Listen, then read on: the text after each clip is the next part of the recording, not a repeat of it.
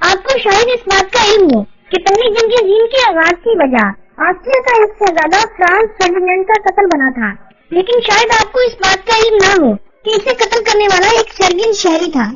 یہ بات بھی شاید آپ کے علمی اضافے کی وجہ بنے کہ سربین زبان سلطنت عثمانیہ کی 4 سرکاری زبانوں میں سے ایک تھی۔ دوستوں، سربین لوگوں کا شمار دنیا میں سب سے زیادہ مہمان نواز لوگوں میں ہوتا ہے۔ اگر آپ سربین لوگوں کی مہمان نوازی کا نظارہ لینا چاہتے ہیں تو سربیا کے شہروں سے دور نکل جائیے، جہاں چھوٹے چھوٹے گاؤں میں بڑے بڑے دل والے لوگ رہتے ہیں۔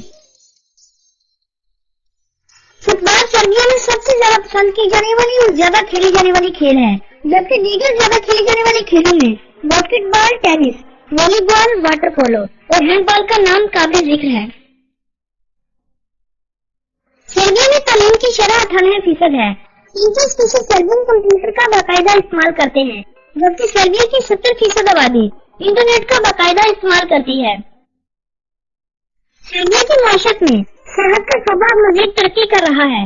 سال 2017 میں 15 لاکھ سے زائد غیر ملکی سربیا میں سیر و سیاحت کے غرض سے داخل ہوئے تھے، جن سے حاصل کی گئی آمدنی $1.44 بلین بنتی ہے۔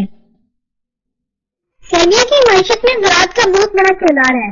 زراعت کے حوالے سے سیب، سورج مکھی، شکرقندی، سرسوں اور آلو اہم فصلیں ہیں، جبکہ صنعت کاری میں گاڑیوں کی صنعت ہی سب سے بڑی صنعت ہے، جسے زیادہ تر غیر ملکی انویسٹر ہی چلا رہے ہیں۔ سربیا کے لوگ کافی کا باقاعدہ استعمال کرتے ہیں۔ شاید ہی کوئی ایسا دن ہو کہ کوئی سربین کافی پیے بغیر اپنا دن گزار جائے۔ سربیا دنیا کے ان 45 ممالک میں سے ایک ہے جن کی سرحدی حدود کسی بھی سمندر کو نہیں لگتی۔ سربیا اپنی حدود بوسنیا اور ہرزیگوینیا، بلغاریہ، کروشیا، ہنگری، میکڈونیا، مونٹی نیگرو، رومانیہ اور کوسووو کے ساتھ ملاتا ہے۔